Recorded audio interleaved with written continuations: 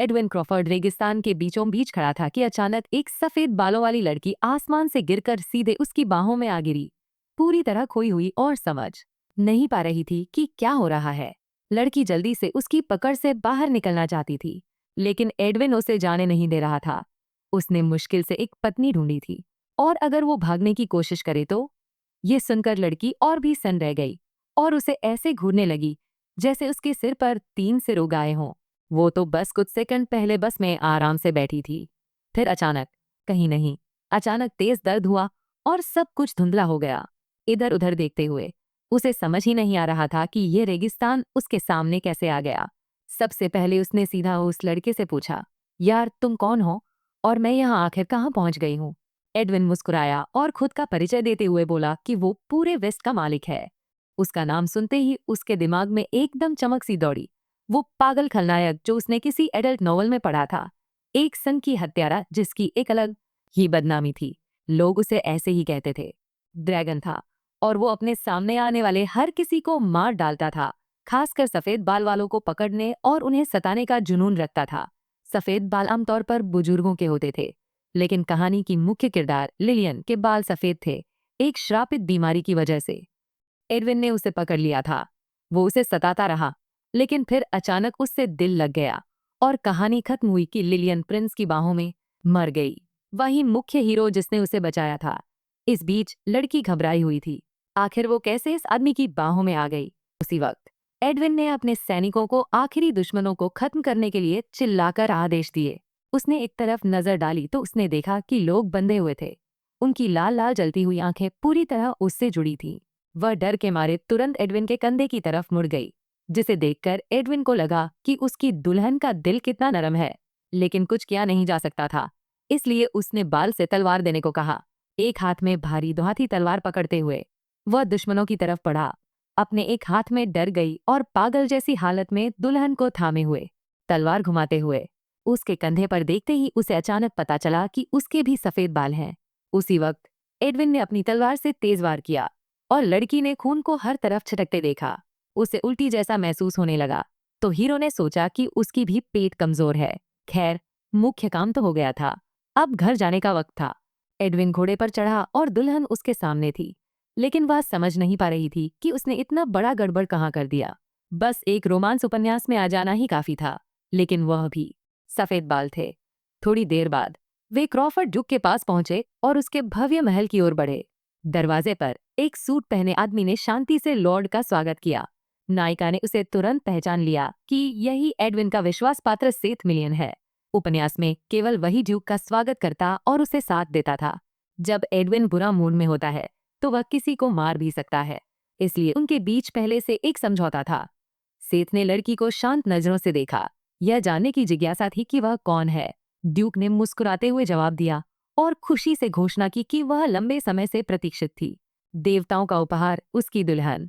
नौकर के डराने वाली नजरों से घबराकर लड़की कांपते हुए एडविन की पीठ के पीछे छिप गई। उसे अपनी बाहों में उठाते हुए नायक ने साफ कर दिया कि नायिका का दिल नर्म और पेट नाजुक था, इसलिए उसे सावधानी से संभालना चाहिए। कुछ मिनट बाद वे दोनों पार्लर में अकेले थे और उसकी गोद में बैठी लड़की माफी मांगने लगी। वह उम्मीद करती थी कि ड्यूक नरमी दिखाएगा और उसे नीचे उतार देगा, लेकिन उसने ऐसा करने का इरादा नहीं रखा था। उसे ढूंढना कोई आसान काम नहीं था। सुनकर वो भागने की कोशिश नहीं करेगी, उसने हंसते हुए उसका नाक छुड़ाया। हीरोइन ने जोर से चिल्लाया और वो थोड़ा मायूस हो गया। क्या वो सच में इतना डरावना था? वो उसे समझाना चाहती थी कि ये बस एक झटका था, लेकिन तभी उसने पहली बार उसका नाम लेकर बुलाने की गुजारिश सुनी। साथ ही वो आखिरकार जानना चाहता था कि उसकी दुल्हन का नाम क्या है। हालांकि उसे इस शरीर के पिछले जीवन की कोई याद नहीं थी और वो खुद भी नहीं जानती थी कि वह कौन है। साथ ही वह यह सच सामने लाना नहीं चाहती थी, उसका असली नाम असली दुनिया से था। एडविन का पूरा व्यवहार बेचैनी से भरा था, और जब उसने काफी तनाव बना लिया तो उसने कबूल किया कि उसे अपना नाम नहीं पता था, और न ही ये कि वह आसमान से उसके पास क्यों आई। उसका ठोड़ी पर उंगलियां फेरते हुए और ध्यान से उसकी आंखों में देखते हुए हीरो ये सोचने से खुद को रोक नहीं पाया कि क्या देवताओं ने सच में उसे कोई परीक्षा दी है। लेकिन उसकी रूबी जैसी आंखें और बर्फ जैसी सफेद बाल साफ तौर पर एक सच्चाई की ओर इशारा कर रहे थे। वह उसकी दुल्हन थी। हाँ, उसकी भूल भुलैया ने उसे उलझन में डाल दिया था, लेकिन उसने सोचा इससे सब कुछ और मजेदार हो जाएगा। अब एडविन उसके दिमाग में सिर्फ खुद को भर सकता था, और यही वजह थी कि उसने फिर से चिल्लाया। उसके बाद उसने फैसला किया कि जब तक उसकी याददाश्त वापस नहीं आती, उसे एक नाम दे देगा। उसने कुछ मिनट सोचा और अपनी दुल्हन का नाम एंजेलिना रखने का निश्चय किया। उसे उम्मीद थी कि उसकी परी और भगवान का दिया हुआ तोहफा इस नाम को पसंद करेगा, जो हीरोइन को और भी ज्यादा ठिठका गया। अगर एडविन के कब्जे में कोई आ जाता तो वह कभी छोड़ता नहीं। उसकी बंदी से बचने का एक ही तरीका था, मौत। उपन्यास के मुताबिक उसके बंदियों को अनगिनत यातनाएं सहनी पड़ती थी। असहनीय दर्द में फंसे हुए वे बस जल्दी मौत की भीख मांग सकते थे। एंजेलिना डर गई थी कि कहीं उसकी भी ऐसी ही हालत न हो जाए। वहीं हीरो को समझ ही नहीं आ रहा था कि उसकी दुल्हन इतना क्यों परेशान हो रही है। ये बात साफ कर लेते हैं, उसने उपन्यास में कभी अपहृत सुनहरे बालों वाली लड़कियों को अपनी दुल्हन नहीं कहा। तो एंजेलिना ने हिम्मत जुटाई और पता लगाने का फैसला किया कि वो अकेली क्यों है। पता चला कि एडविन को एक ज्योतिषी ने बताया था कि उसकी जिंदगी जल्दी खत्म हो जाएगी जब तक उसने आसमान से गिरी हुई लड़की से शादी न की हो। अश्शूरिया साम्राज्य में ड्रैकुला की भविष्यवाणियां कुलीनों और राज परिवार के लिए होती थीं, लेकिन उपन्यास में सिर्फ राजकुमार को ही एक भविष्यवाणी मिली थी। ड्यूक इस बात पर बहुत समय तक सोचता रहा और आखिरकार उसे कोई फर्क नहीं पड़ा। शायद देवता बस उसका मजाक उड़ा रहे थे। तो उसने भी बदला लेने की ठानी और खुद जाकर हर उस पुजारी को मार डाला जिसने वो भविष्यवाणी दी थी। एंजेलिना डर के मारे कांप रही थी, जबकि एडविन याद करता है कि कैसे वह सचमुच आसमान से आकर उस भविष्यवाणी के मुताबिक सही वक्त पर गिरी थी। जब उसे पता चला कि वह जूल परिवार को देखकर एंजेलिना चौंक कर लगभग बेहोश हो गई। उसने फिर से चिल्लाया, यकीन ही नहीं हो रहा था। लेकिन ड्यूक को पता था कि सिर्फ एक ही नस्ल के बाल इतने फिके हो सकते हैं। दूसरा सुराग उसकी आंखें थीं, जो कीमती रत्नों की तरह चमक रही थीं, हर रंग में रोशनी को तोड़ती हुई। उसे ये बेहद खूबसूरत लगी, लेकिन हीरोइन इतनी घबराई हुई थी कि उसे फर्क नहीं पड़ा। जूल कबीला असल में इंसान थे जिनमें परियों का खून था, और ये क्रॉफोर्ड रेगिस्तान में छिपे हुए थे। एक भविष्यवक्ता ने उन्हें साम्राज्य के विनाशक कहा था, इसलिए सम्राट ने उनके पूरे कबीले को मिटाने का आदेश दिया। उसे ये सब होने वाला कभी पता नहीं चला। उनकी मौत के बाद जो शाप आया था, या कैसे अगले हादसे से राक्षस पैदा हो जाएंगे। मगर सम्राट खुद नरसंहार को हरी झंडी दिखा देता, तो उसकी गुप्त पक्षी सेना एंजेलिना पर हमला कर देती जैसे ही उसे देखती। एडविन जड़ हो गया जब उसने उसे भूत की तरह पीली देखा। आखिर उसकी नरम दिल वाली मंगेतर को क्या डर लगा रहा था। उसके घबराने के बाद उसकी आंखें ठंडी और आग सी जलने लगी। कौन हिम्मत करता है उसकी चीज को छूने की। उसे कुछ डरने की जरूरत नहीं थी, बस उसे उसके साथ चिपके रहना था और खुद से कहती रहना था कि वह उसे ज्यादा डरा नहीं रहा है, वो तो पहले से ही थी। एंजेलिना ने सख्ती से सिर हिलाया। उसकी कीमती दुल्हन की आंखों में जो डर था, एडविन उसे अपने हाथ से निकलने नहीं देना चाहता था। फिर उसने सेठ से कहा कि छुरा और सगाई के कागजात ले आए। उसे तो पूरा विवाह वचन लेना पसंद आता, लेकिन अभी के लिए उसने सोचा कम बोलना ही बेहतर है। उसकी दिमाग को ज्यादा हिला डुलाना नहीं चाहता था। हीरोइन ने साफ कहा कि उसे बिल्कुल भी पता नहीं कि वो आसमान से क्यों गिरी या अपनी यादें क्यों खो बैठी। तो हाँ, डरना उसके लिए बिल्कुल जायज था। उसे खुश करने के लिए एडविन ने साफ कर दिया कि क्या है। हर सेकंड उसके साथ ऐसा ही होता रहता था। शब्द उसके शरीर में बिजली की तरह दौड़ गए, क्योंकि यही तो असली समस्या थी। थोड़ी देर बाद नौकर ने सब कुछ तैयार किया और पूछा कि क्या मालिक सच में इसे अंजाम देने वाला है। ड्यूक को पता था कि उसकी दुल्हन घबराई हुई है, और वह उसे दिखाना चाहता था कि आपसे उसे अपनी नजरों से दूर नहीं जाने देगा। खंजर उठाते हुए उसने साफ कहा कि यह सिर्फ उसके लिए है। वह ब्लेड अपनी उंगली पर लेकर एंजेलिना से कहा कि अगर वह चाहती है तो अपनी आंखें बंद कर ले। उसने संभाला नहीं जा सका। उसने अपनी आंखें कसकर बंद कर ली, सोचते हुए कि उन्हें पहले से बता देना चाहिए था। जब उसने अपनी आंखें खोली तो एडविन की खून से लथपथ उंगली उसके सामने थी। वह मुस्कुरा रहा था और उंगली को उसके होंठों पर रख रहा था। वह आखिरकार उसका खून पी गई, और हीरो ने उसे चॉकलेट बार फेंका जिसे वह चबाने लगी। उसे याद आया कि कैसे उसने और लिलियन ने जब अपने जज्बात जताए थे तो उन्होंने उसे भी ऐसा करने को कहा था। ड्यूक कुछ सेकंड तक उसे बास की तरह घूरता रहा, कुछ होने का इंतजार करते हुए। उसे खुशी हुई कि वह ठीक है, और एंजेलिना बुरी तरह उलझन में थी। जैसे ये क्या हो रहा है समस्या। फिर से चाकू पकड़ते हुए एडविन मुस्कुराया। इस बार बारी उसकी थी। हीरोइन घबराकर सोफे के पीछे छिप गई, चिल्लाते हुए बोली, तुमने कहा था कि यह खंजर सिर्फ तुम्हारे लिए है। हीरो ने सोचा कि उसे भागना ठीक नहीं होगा, आखिरकार वह अपनी दुल्हन का ख्याल अच्छे से रखेगा। वह पूरी तरह से ये सुनिश्चित करना चाहता था कि वह सुरक्षित और खुश रहे, बिल्कुल व्यक्तिगत तौर पर। एंजेलिना ने अपनी आंखें बंद कर लीं और एडविन काम में लग गया। उसने डर के मारे तेज चिल्लाहट की, लेकिन फिर उसे एहसास हुआ। उसने बस उसकी उंगली की नोक को हल्का सा छेड़ा था और उसने उसे अपने मुंह तक लाया। एक पल बाद उसका अंगूठा उसके जीभ को छू गया और वह जोर से शर्माते हुए अचानक अपना हाथ चटक लिया। अपने अंगूठे को कपड़े पर पोंछते हुए एंजेलिना ने सोचा कि आखिर उन्होंने ऐसा क्यों किया। पता चला कि उन्होंने अभी एक खून का सौदा कर लिया था और सिर्फ नाम सुनते ही लड़की डर गई। ड्यूक ने कहा कि खंजर जादू से शापित था। अब उनके शरीर और आत्मा एक दूसरे से जुड़ गए थे। वे एक दूसरे की जगह पता लगा सकते थे और अगर कोई घायल हुआ तो उसे महसूस कर सकते थे। एडविन था। अपनी दुल्हन की कभी भी रक्षा करने का मौका पाकर वह बहुत खुश था, जबकि वह अपनी पुरानी जिंदगी में खोई हुई थी। अब बस कागजों पर हस्ताक्षर करना था और मामला खत्म। एंजेलिना को पता था कि भागना बेकार है, लेकिन अचानक उसे एहसास हुआ कि वह कॉन्ट्रैक्ट तक पढ़ नहीं सकती। ये सब एक ऐसी भाषा में था जिसे वह नहीं जानती थी, लेकिन शायद किस्मत ने उसका साथ दिया, क्योंकि वह पन्ने पर लिखे शब्दों को जैसे पढ़ ही रही हो। हार मानते हुए उसने दस्तावेज पर हस्ताक्षर किए और उसे वापस अपने दूल्हे को थमा दिया, जो कि खुशी से उड़ती हुई। फिर उसने उसे अपनी नई कमरों में ले जाकर छोड़ दिया, जो बहुत आलीशान, गरम और उसके स्वाद के हिसाब से बहुत ज्यादा भव्य थे। लेकिन बात यह थी कि अब वे पड़ोसी कमरों में फंस गए थे और उसे पूरा यकीन था कि ड्यूक उसकी हर चाल पर नजर रखेगा। इस बीच एडविन माफी मांग रहा था, क्योंकि उसने उनकी मुलाकात इतनी अचानक होने की उम्मीद नहीं की थी और इसके लिए वह तैयार नहीं था। एंजेलिन ने सोचा कि यहाँ उसे जो चाहिए सब कुछ है, तो चिंता करने की कोई बात नहीं। हीरो उसकी बातों से उलझन में था और उसने सोचा कि अगर उसे जरूरत पड़ी तो कुछ भी चाहिए हो, बस कह देना। उसी वक्त हेडमेड सारा आ गई। खुद जाकर ये देखना चाहती थी कि लेडी एंजेलिन आराम से है या नहीं। उसके तुरंत बाद नौकरानी जेनी आई, जो आने वाली डचेस की पर्सनल अटेंडेंट बनने वाली थी। वह फर्श से उठकर नौकरों का अभिवादन करना चाहती थी, लेकिन ड्यूक ने फैसला किया कि दुल्हन उनके बाहों में ही ऐसा कर सकती है। आखिरकार कोई भी उसकी आलोचना करने की हिम्मत नहीं करेगा, भले ही वह ऐसे आराम से लेटी हुई हो। ये बात समझते हुए एंजेलिन खुश मिजाज होकर नौकरानियों को नमस्ते कहा, उम्मीद करते हुए कि वे उसकी देखभाल करेंगी। एडविन ने सोचा कि उसे शिष्टाचार सीखना चाहिए। आखिरकार एक डचेस ऐसे सीधे नौकरों से बात नहीं कर सकती। उसने बहस करने का मन बनाया। आखिरकार उसे आधिकारिक तौर पर अभी तक कोई उपाधि नहीं मिली थी और वह कभी असली कुलीन नहीं थी। नायक उसके शब्दों पर गुस्सा हो गया।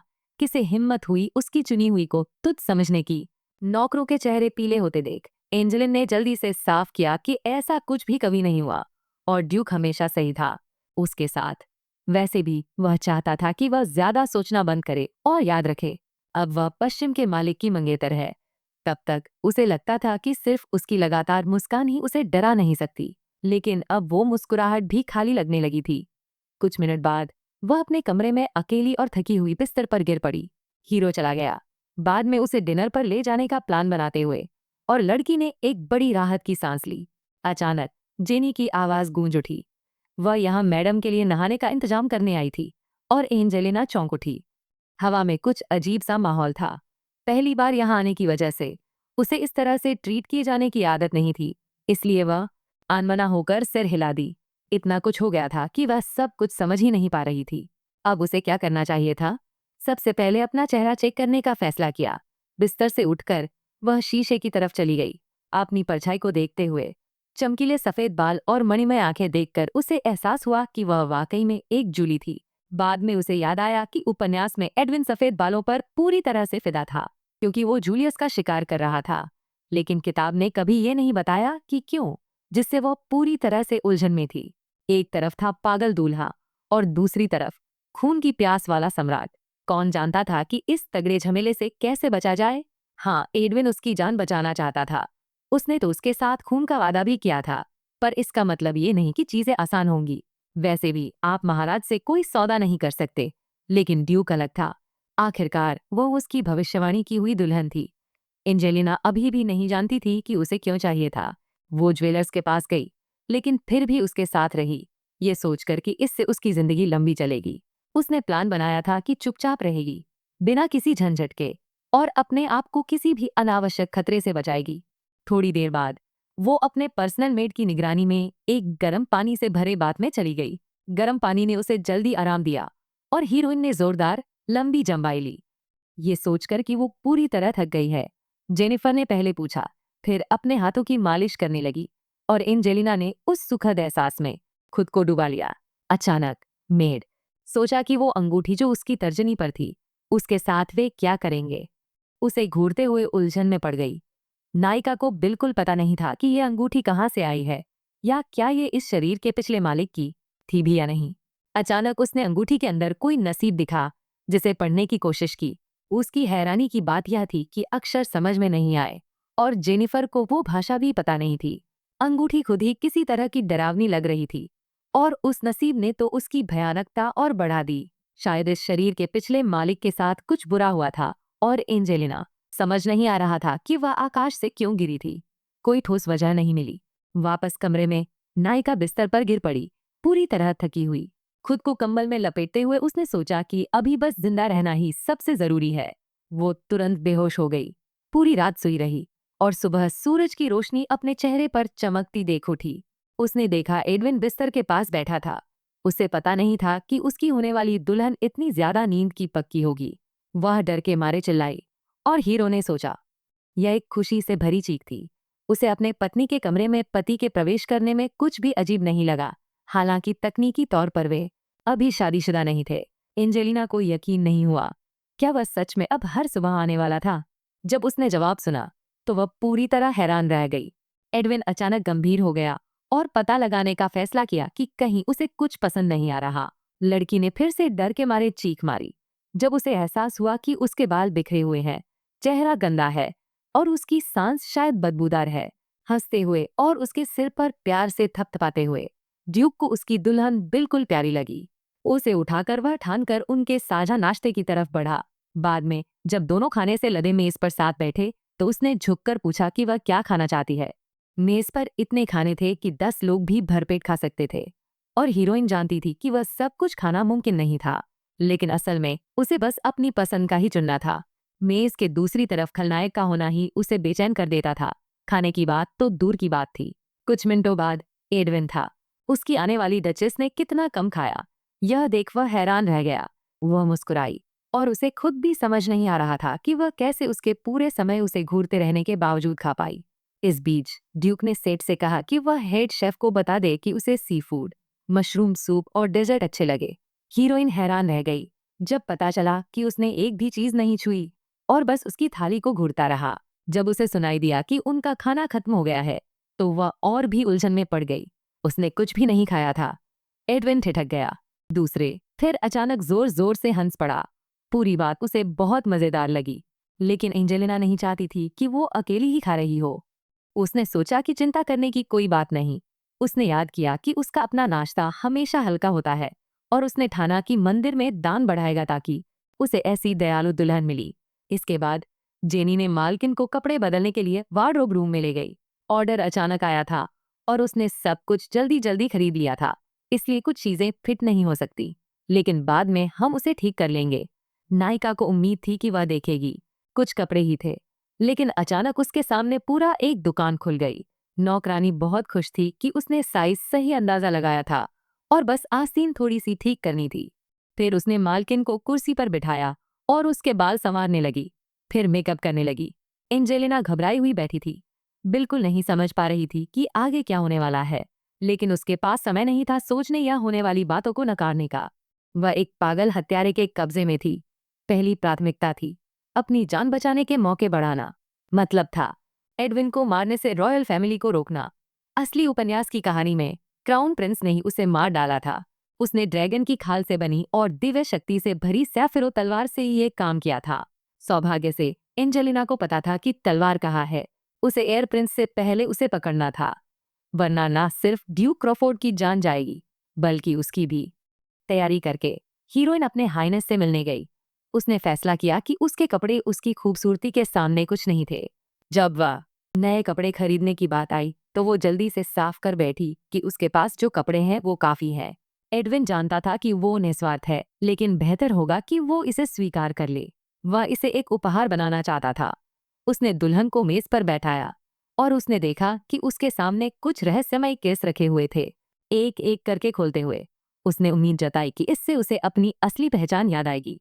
जावेलिस परिवार के पास परियों का खून है, जिसकी शक्ति की जड़ कीमती रत्नों में है, इसलिए एंजेलिना उनका इस्तेमाल कर सकती है।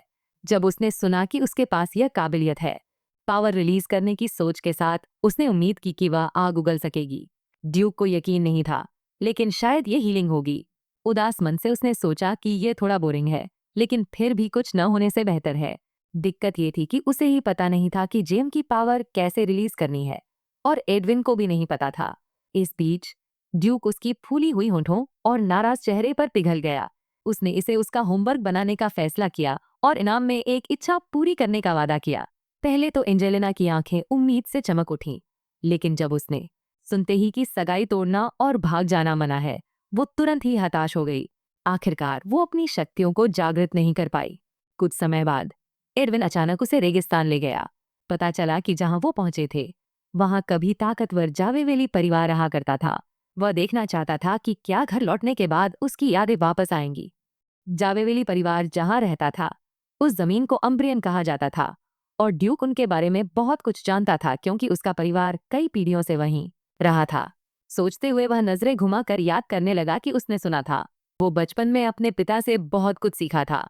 एंजेलिना को पता था कि उपन्यास में इसका जिक्र नहीं था, और सब मानते थे कि क्रॉफर्ड का पहला ड्यूक की मौत इंपीरियल परिवार से जुड़ी थी।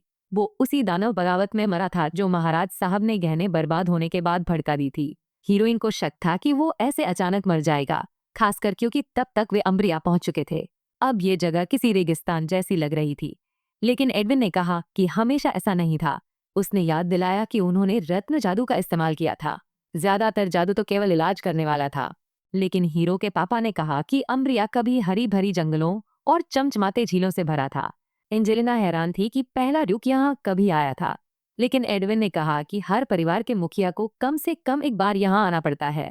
साथ ही वह हैरान था कि उसकी दुल्हन इतनी सारी बातें क्यों पूछ रही थी, लेकिन उसने खुद को शांत रखा, जैसे कि वो बस अपनी यादों को जोड़ने की कोशिश कर रही हो। एक सड़े गले पेड़ की तरफ ले जाते हुए ड्यूक ने साफ किया कि अम्ब्रिया एक अवरोध से घिरी हुई है। बिना इजाजत के कोई अंदर नहीं आता। बाहर वालों के लिए ये जगह वो मौजूद ही नहीं था। बस उनके सामने वाला पेड़ ज्वेलरी का रक्षक था, वही उस बाधा को बनाए रखता था। उसने उसे नीचे रखा और पेड़ की ओर धक्का दिया। उसने हिचकिचाते हुए धीरे से अपना हाथ छाल पर रखा। एंजेलिना को महसूस हुआ कि इस शरीर की आत्मा उस जाति की है जिसके लिए उन्होंने रक्षा का वादा किया था। वो लोग जिनके लिए जिंदा रहना ही लड़ाई थी। सोचते हुए कि वे उसे याद रखेंगे, उसे अचानक पेड़ से एक अजीब सी धड़कन महसूस हुई। उसका हाथ एक ही पल में छाल से जुड़ गया। वह उसे अलग नहीं कर पाई। तेज दर्द उसके पूरे शरीर में फैल गया, जैसे हर एक कोशिका आग की तरह जल रही हो। एडविन डर के मारे जम गया। अपनी दुल्हन को पास खींच लिया, पूरी तरह से हैरान। उसने तुरंत कहा कि वह अपना हाथ पेड़ की तने से हटा ले, लेकिन जवाब में बस कुछ दर्द भरे कराने सुनाई दिए। ये समझ नहीं पा रहा था कि ये पेड़ उसकी चुनी हुई को कैसे नुकसान पहुंचा सकता है। तभी उसने सैनिकों की चिल्लाहट और लड़ाई की आवाजें सुनी। कौन ने उनके दल पर अचानक हमला कर दिया, और नायक जल्दी से लड़की को एक तरफ रखकर दुश्मनों से निपटने लगा। उस वक्त वह कुछ समझ नहीं पाई और सुन रही थी। कुछ भी नहीं। उसका दिल दर्द से फटने वाला था। तभी दुश्मन के एक सैनिक ने उसकी तरफ से चुपके से हमला करने की कोशिश की। एंजेलिना ने उसे आखिरी पल में देख लिया, ठीक उसी वक्त जब तलवार का किनारा उसके सिर की तरफ तना था। उसने अनजाने में जोर से चिल्लाया, एडविन का नाम पुकारा। डर के मारे आंखें बंद कर ली और मौत का सामना करने को तैयार हो गई, लेकिन कुछ नहीं हुआ। जब उसने अपनी आंखें खोली तो दुश्मन का बेजान शरीर उसके पास गिरा था। ड्यूक इस हिम्मत पर बहुत गुस्सा था। कैसे हुआ कि वो सोचता भी था कि जो उसका था उसे छुए। अपनी हीरोइन की तरफ झुकते हुए उसने उम्मीद जताई कि वह ठीक है और काले कौओं से जल्दी निपटना चाहता था। मौत के डर से एंजेलिना सब कुछ भूल चुकी थी। अब दर्द वापस आ रहा था और वह होश में बने रहने की कोशिश कर रही थी। एडविन ने साफ कर दिया कि अगर उसने मरने की कोशिश की तो वो उसे दूसरी दुनिया में भी ढूंढ निकालेगा और मौत के लिए भीख मांगवाएगा। इस पागल बात से चौंककर वह हंस पड़ी। अजीब था कि ड्यूक की झप्पी ने उसे तुरंत सुकून दिया और पूरी तरह से सुरक्षित महसूस कराया।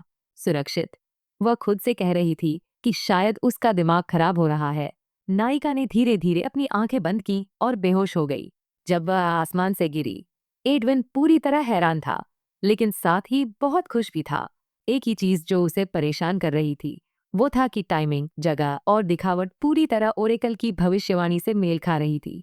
ये पता लगाने का एक ही तरीका था कि वह जेविल है या नहीं, और वो था कि उसे अपना खून पिलाना। अगर कोई आम इंसान क्रॉफर्ड का खून पीता तो उसका पूरा शरीर दर्द से मुड़ जाता। इसलिए हीरो ने उसे ध्यान से देखा। बस इतना ही। खून का वचन पूरा होने के बाद उसे पता चला कि उसकी दुल्हन की याददाश्त चली गई है। कीमती रत्नों का कोई असर नहीं हुआ। अपने स्टडी में बैठे नौकरों से घिरे ड्यूक को समझ नहीं आ रहा था कि आगे क्या करना चाहिए। फिर सेठ ने सोचा, क्यों न उसे अम्ब्रिया ले जाया जाए। ठीक उसी वक्त एडविन के दिमाग में एक आइडिया आया। उसने सोचा कि शायद किसी परिचित जगह पर परेशानी का सामना करने से उसकी याद लौट आएगी। फिर उसने कौवों को हमला करने के लिए उकसाया। वे उसकी ताकत या उसकी सेना से मुकाबला नहीं कर सकते थे, इसलिए उसे घबराने की कोई जरूरत नहीं थी। वह पागलों की तरह तैयारी करने लगा, सोचते हुए कि वह कर सकता है। उसकी रक्षा करना चाहता था, लेकिन सब कुछ उल्टा हो गया। लड़ाई के बीच में बारल उसकी तरफ तेजी से दौड़ा, उसे शांत करने की कोशिश करता हुआ। उसने उसकी बात मान ली। हीरो नहीं चाहता था कि एंजेलिना उसे ऐसे देखे। जब उसने पीछे मुड़ा तो उसकी सबसे बड़ी डर सच साबित हुई। वो पेड़ के सामने रेत पर पड़ी थी। वह दौड़ता हुआ उसके पास गया, उसके हाथ पकड़कर उसे उठाया और उसका नाम पुकारते हुए जागने के लिए विनती करने लगा। कम से कम उसे पता था कि वो जिंदा है, क्योंकि रक्तवचन अभी भी सक्रिय था। बुरिल से सुनकर उसे पता चला कि उन्होंने कौवों को निपटा दिया है। एडविन को उम्मीद थी कि कोई भी बचकर नहीं निकला होगा। उसकी दुल्हन तो एक रहस्य ही रहनी थी। महल वापस पहुंचते ही उसने उसे तुरंत डॉक्टर के हवाले कर दिया, सख्ती से मना करते हुए कि कोई भी जानकारी बाहर न फैले। इलाज के बाद हीरो हर वक्त उसके साथ रहा। सेठ सोच रहा था कि क्या उसे आराम करने का ख्याल भी आता है। अपनी दुल्हन को बाहों में लेकर बिस्तर पर बैठे हुए एडविन ने फैसला किया कि वह आराम ठीक ही कर रहा है, भले ही उसने एक भी और खाना नहीं खाया हो। कौवे संभाल लिए गए थे, एंजेलिना सुरक्षित थी, लेकिन ड्यूक का गुस्सा कहीं जाने वाला नहीं था। उसने ठाना था कि उस लड़की को अपने हाथों से नहीं जाने देगा, वरना अपना दिमाग खो बैठेगा। अपने बेवकूफाना प्लान के लिए मन ही मन माफी मांगते हुए वह उम्मीद कर रहा था कि वह जल्दी जागेगी। इसी बीच एक अकेला कफन ओढ़े यात्री अम्ब्रिया के पवित्र पेड़ के पास आया और उसे ध्यान से देखने लगा। उसने बहुत इंतजार किया था, लेकिन अब समय आ गया था।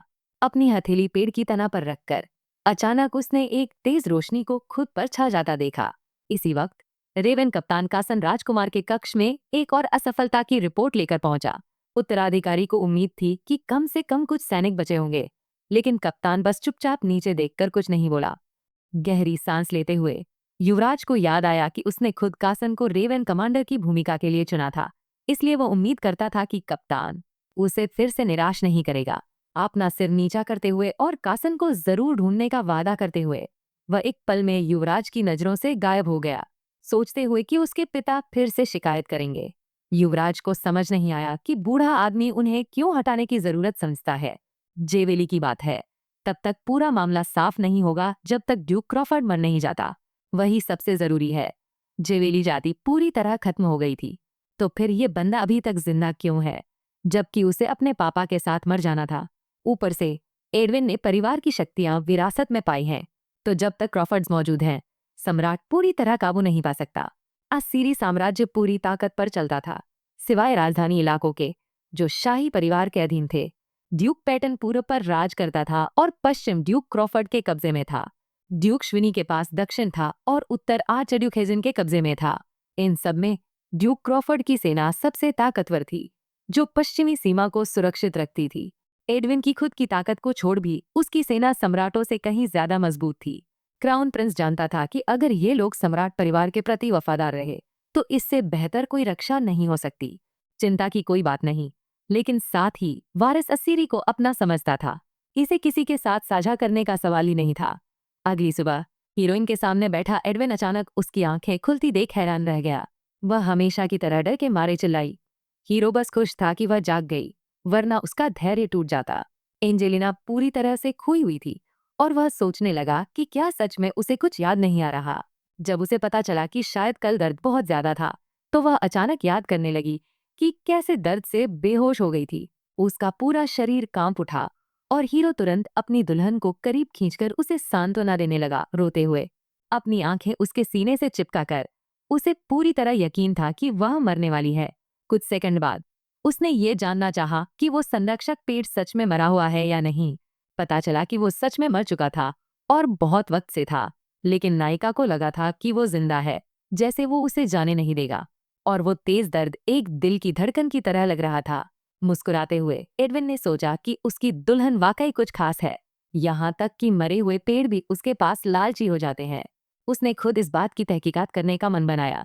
तभी एंजेलिना को जिज्ञासा हुई, वे कौन थे जो लोग उसे मारना चाहते थे? उसके मुताबिक वे थे क्रोज, एक लाल आंखों वाला गुप्त शाही संगठन जिसे सिर्फ क्राउन प्रिंस ही नियंत्रित करता था। ये संगठन 15 साल पहले जेए के उत्पीड़न के दौरान बना था और सभी काम प्रिंस के आदेश पर चलता था। इनके बारे में सब कुछ रहस्य में लिपटा हुआ था। एक बात तय थी, वे अभी भी जेरी के निशान ढूंढ रहे थे। डर से कांपती हुई एंजेलिना को एहसास हुआ कि वे निश्चित रूप से उसके होने के बारे में जानते थे, बस ये सोचते ही कि वे उसे ढूंढ निकालेंगे और पकड़ लेंगे। उसकी नज़र धुंधली हो गई। उसे ऐसे गिरे हुए देखकर यही वजह थी कि ड्यूक ने कुछ कहने से इनकार कर दिया था। उसे यहाँ कुछ डरने की जरूरत नहीं थी। वो कौवे कभी उसे नुकसान नहीं पहुंचा सकते थे। लड़की को फिर से वो अजीब सी भावना महसूस हुई, वो जिसे वो खुद स्वीकार नहीं कर पा रही थी। ये बहुत परेशान करने वाली बात थी। जब उसका हाथ हिल भी नहीं पा रहा था, तब भी दर्द असहनीय था और दुश्मन की तलवार सीधे उसके ऊपर तानी हुई थी। उसके दिमाग में बस एक ही बात आ रही थी, एडविन। अपनी आंखें कसकर बंद करके और सिर झुकाकर उसे भय के साथ एहसास हुआ कि उसे पूरा समय बिताना होगा। उस पागल के साथ बस जिंदा रहने के लिए वक्त बिताना पड़ा। दोनों बाहों में उसे पकड़ते हुए ड्यूक ने सोचा कि उसकी दुल्हन ने बहुत ज्यादा बोझ उठा लिया है। बाद में हीरोइन ने उन कीमती पत्थरों की ताकत को खोलने का तरीका सोचने लगी। उसने गहरी सांस भरी, जानती थी कि उसे ये जल्दी से जल्दी करना होगा, लेकिन अब तक कोई प्रगति नहीं हुई थी। जेनी ने देखा कि उसकी मालकिन हाल ही में बहुत सांसें ले रही है और उसने तय किया कि ऐसे नहीं चल सकता। इसलिए उसने भावी डचेस को बगीचे में थोड़ी सैर पर ले जाने का फैसला किया। वे एक मंडप पर पहुंचे जो एक शानदार नजारे पर था। खिलते हुए गेंदा के फूलों का एक ऐसा शानदार मैदान था कि देखने में मन मोह लेने वाला था। अपनी मालकिन के लिए कुछ अच्छा पीने को बनाने की सोचते हुए नौकरानी ने पूछा कि क्या उन्हें कोई पसंदीदा चाय या मिठाई है। जब वह चली गई तो एंजेलिना कुछ फूल तोड़ना चाहती थी, लेकिन बागवान अचानक उनके लिए फूलों का एक पूरा टोकरी लेकर आ गया। ट्रे लेकर वापस आई जेन्नी इतने सारे फूल देखकर सच में दंग रह गई। उसने सोचा कि इन्हें छांट कर रख दे ताकि उसकी मालकिन ताजी हवा में चाय का आनंद ले सके। उसने उस पर थोड़ी व्हिप्ड क्रीम लगाई, एक कौर लिया और उसे शुद्ध आनंद महसूस हुआ। शांति का माहौल तब टूट गया जब ड्यूक की आवाज गूंजी, जो आखिरकार अपनी दुल्हन को पाकर खुश था। उसका खुशमिजाज चेहरा देखकर उसकी जिज्ञासा बढ़ गई। उसे ये जाना था कि जब वह नहीं था तो उसे इतनी खुशी किसने दी। जब वो उसके साथ होती उसने कभी इतना प्रेरित नहीं दिखा था और ये उसे अंदर से तोड़ रहा था। उसने देखा कि उसके प्लेट में रखे टार्ट्स टेढ़े मेढ़े थे और वह फट पड़ा। ये कौन था जिसने मेरी दुल्हन को ऐसा कचरा परोसना सही समझा? जेनी ठिठक गई। उसका चेहरा सफेद पड़ गया और वह ऊपर देखने की हिम्मत नहीं कर पाई। उसने जल्दी से समझाया, ये टार्ट्स ऐसे ही दिखने वाले हैं। सच में। उसने एक पर क्रीम और स्ट्रॉबेरी जैम लगाकर उसे उसके हाथ में दे दिया। ये तो कमाल है, उसने कहा। एडविन ने धीरे धीरे उसे उसके हाथ से काटा और उसकी आंखें मिल गईं। उसे यकीन था कि ऐसा खराब नहीं हो सकता। एडविन जोर से हंस पड़ा, सिर पकड़ते हुए। एंजेलिना का दिल धक से रह गया। क्या टार्ट्स में जहर था? उसने उसकी नाक चुटकी। तुम तो क्यूट हो, उसने हैरानी से कहा। उसकी नजर ने उसे घबराया हुआ कर दिया। पास में रखे फूलों के टोकरे को देखकर उसे समझ आया कि उसे ये पसंद है। उन्होंने कहा कि वो सारे पौधे पूरे बगीचे में लगा देगा। एंजेलिना को इसकी कोई जरूरत नहीं लगी। उसे तो सारी फूल पसंद थे। उनके बीच एक अजीब सी खामोशी छा गई। उसने सोचा शायद वो मूड हल्का करने के लिए फूलों का ताज बनाना चाहता है। वो उत्साह से भरा हुआ टोकरी उसे दे दिया। अब मेरे लिए एक बना दो। उसकी आवाज में कोई बहस की गुंजाइश नहीं थी। उसने उम्मीद नहीं की थी कि वो हाँ कहेगा, इसलिए उसने एक के बाद एक ताज बनाना शुरू कर दिया, पूरी मेहनत से, ताकि वे सही बने और उसकी नाराजगी से बचा जा सके। उसने करीब 10 गहनों को देखकर पता नहीं था कि वह उसे कौन सा देना चाहती है। जब उसने सुना कि वो सारे उसके लिए हैं, तो उसकी खुशी का ठिकाना नहीं रहा और उसने साफ कहा कि वो अपनी मंगेतर से कोई भी लेगा। एक टोपी सिर पर रखते हुए एडविन ने सोचा कि ये उसे अच्छा लगेगा। एंजेलिन को अब तक पता ही नहीं था कि उसका चेहरा कितना सुंदर है। ऐसा नहीं कि वह इसे देखने से डरती थी। जब उसने सिर पर घूंघट रखा तो हीरो ने सोचा कि ये बहुत बढ़िया लग रहा है। इस गर्माहट भरे आरामदायक माहौल में लग रहा था जैसे कल की घटना एक कोई बुरा सपना हो। ड्यूक को जिज्ञासा थी कि वह क्या कर रही है। सोचते हुए लड़की ने उनकी मिलती जुलती छड़ियों पर नाटक करते हुए हैरानी जताई। मुस्कुराते हुए एडविन ने फैसला किया कि उसे मैचिंग जेवर पहनना पसंद है। चाय के बाद उसने उसे अपनी बाहों में उठाकर महल वापस ले गया। बगीचे की रास्ते पर चलते हुए नजारे का आनंद लेते हुए नायिका सोच रही थी कि वो कब फिर से खुद चल पाएगी। अचानक उसने आगे एक अजीब सा टावर देखा और सोचा कि वो क्या हो सकता है। ड्यूक, जो कुछ ही पल पहले मुस्कुरा रहा था, उस तरफ देखने के बाद अचानक गंभीर हो गया। बहुत ही अजीब लग रहा था। उसकी गंभीरता ने उसे चौंका दिया। देखो, एंजेलिन ने सोचा शायद उसे ये सवाल नहीं पूछना चाहिए था। एडविन को अपनी बात दोहराना बिल्कुल पसंद नहीं था, इसलिए उसने उम्मीद की थी कि अब वह ध्यान से सुनेगी। जब उसने सुना कि वो जगह इतनी डरावनी है कि उसे वहां जाने की इजाजत नहीं है, तो हीरोइन ने सोचा कि शायद वो कोई यातना कक्ष होगा। जब उसने हाँ कह दी तो हीरो मुस्कुराया और सोचा कि उसे सिर्फ अच्छे ही मिलने चाहिए। बाद में वो अपने ऑफिस वापस गया, जहां बटलर और बैरल पहले से ही इंतजार कर रहे थे। मालिक के सिर पर जो क्रिसैंथमम की माला थी देखकर सेठ की जबान लगभग अटक गई। मंजिल पर पहुंचकर एडविन खुशी से झूम उठा। वह अपनी मंगेतर से मिली शानदार उपहार दिखाने के लिए बेताब था। बटलर को लगा कि वह काफी हुनरमंद है, जबकि हीरो उस बात को याद कर खुश था कि उसने ये सब अपने नन्हे हाथों से कैसे बनाया था। अब समय था गंभीर होने का। ड्यूक उस शूरवीर और सेवक की चेतावनी को लेकर जिज्ञासु था। बाल ने जल्दी से साफ किया कि उन्होंने सारी जरूरी तैयारियां कर ली हैं ताकि कोई समस्या न हो। मालिक को चिंता करने की कोई जरूरत नहीं। सेठ ने तय किया कि वह जांच करेगा। क्या सच में उस महिला को सब कुछ याद नहीं आ रहा था? दुर्भाग्यवश ऐसा ही था, और किसी के पास इसे ठीक करने का कोई आइडिया नहीं था। वो 18 साल की लगती थी। मतलब जब ज्वेलरी की खोज हो रही थी तब वो सिर्फ 3 साल की थी। लेकिन सम्राट के मुताबिक अम्ब में कोई भी बचा नहीं था। बटलर ने सोचा कि शायद शार्क के जरिए उसकी जानकारी मिल जाए। ड्यूक को इस योजना की सफलता पर शक था। वो 15 साल से अपनी सूरत तक नहीं दिखाए थे क्योंकि रेवेंस की वजह से। जहां तक क्राउन प्रिंस के सैनिकों का सवाल था, वो अभी भी रेगिस्तान में कब्र चोरों के साथ खोजबीन कर रहे थे। बाल सोच रहा था कि शायद वो कुछ ढूंढ रहे हैं।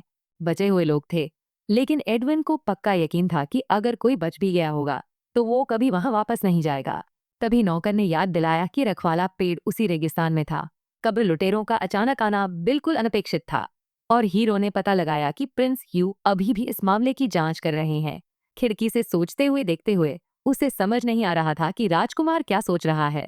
अगले दिन सिंहासन के वारिस बैठक के लिए पार्लर की ओर बढ़े, जहां एक खास मेहमान का इंतजार था। ड्यूक श्वेनी ने झुककर अभिवादन किया, सम्मानपूर्वक कहा और बताया कि उसने हाल ही में राजकुमार की बढ़ती लोकप्रियता के बारे में कितना सुना है। वह सोच रहा था कि ताज के वारिस कितनी देर तक हर लड़की का दिल चुराता रहेगा। वारिस को महसूस हुआ कि उसे अब साथी खोजनी चाहिए। आखिरकार यह एक भविष्य के सम्राट की तकदीर थी, और वैसे भी यह उसके पूरे जीवन का फैसला था, इसलिए वह इसे सोच समझ कर लेना चाहता था। मुलाकात के बाद ड्यूक शेवेनी अपने हवेली लौट आए, जहां बटलर ने उनका सम्मान के साथ स्वागत किया। वारिस से मुलाकात बिल्कुल उसकी उम्मीद के मुताबिक नहीं हुई, लेकिन कुल मिलाकर बुरा भी नहीं था। उसने अपने तोहफे से राजकुमार को चौंका दिया, एक अत्याधुनिक वैज्ञानिक घड़ी। क्राउन प्रिंस उस आलीशान डिजाइन और दिलचस्प फंक्शन से काफी प्रभावित हुआ, जो साम्राज्य के सबसे बड़े कारीगर ने बनाई थी। अचानक वारिस ने उस आदमी की घड़ी पर सबसे बेहतरीन रत्न देखे, जो साफ तौर पर पेटन ड्यूक से थे। ये जानकर मन को सुकून मिला कि साम्राज्य के 2 ड्यूक पूरे महाद्वीप के रत्न उद्योग पर कड़ा नियंत्रण रखते हैं।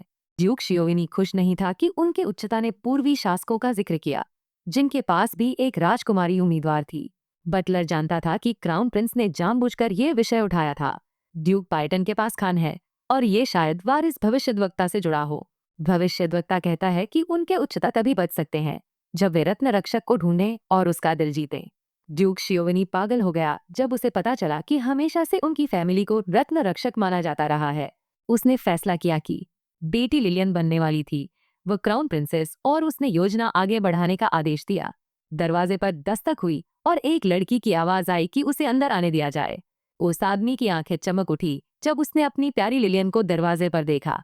सोफे पर उसके बगल में बैठते हुए उसने कैजुअली याद दिलाया कि राजकुमार जल्द ही अपनी दुल्हन चुनने वाला है। वह खुशी से छलांग लगाते हुए बोली, क्या वो मैं हो सकती हूँ? ड्यूक शियोवेनी को इस बात में कोई शक नहीं था कि वह असली रत्न की रखवाली करने वाली है। उसे लगता था कि उसके पापा सबसे अच्छे हैं। पूरी दुनिया उसने उसे जोर से गले लगाया। इसी बीच एडविन ने आधिकारिक रूप से एंजेलिना के साथ अपनी सगाई की घोषणा करने का आदेश दिया। सेठ इस बात से सहमत नहीं था। उसे पता था कि कौवे अपनी नजर और भी तेज कर देंगे, लेकिन हीरो को लगता था कि इससे मामला और भी दिलचस्प हो जाएगा और वह जल्द ही इसे निपटाने के ख्याल से उत्साहित था। स्टुअर्ट रुक गया, फिर उसे याद दिलाया कि उनके पास बस कुछ ही दिन बचे हैं। जल्दी करना बेहतर होगा। ड्यूक श्विनी अपने मेडलियन को सोचते हुए देख रहे थे। उसके अंदर का ओपल बीच से फट गया था।